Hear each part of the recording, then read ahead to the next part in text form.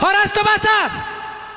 Baik, di sini kami dari Sanggar Seni Omnia Bonabosis SMA Swasta Bintang Timur 1 Balige akan membawakan penampilan kami.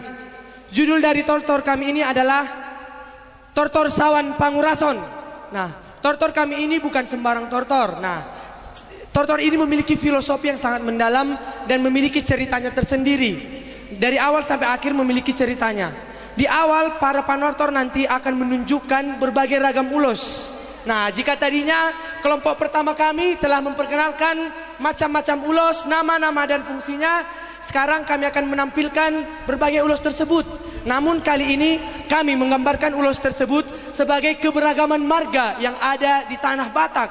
Mulai dari marga ini, marga itu, marga ini dan itu. Nah, perbedaan ini menunjukkan keberagaman marga. Kemudian nanti penari laki-laki akan datang menjumpai penari utama kita yang ada di tengah dengan warna ulos yang sama. Artinya bahwa mereka adalah satu marga. Dalam cerita ini mereka akan menikah. Nah, Jehalaki Mangoli Aka Namarito. Nah, jadi dalam cerita ini mereka menikah. Yang satu marga mereka menikah.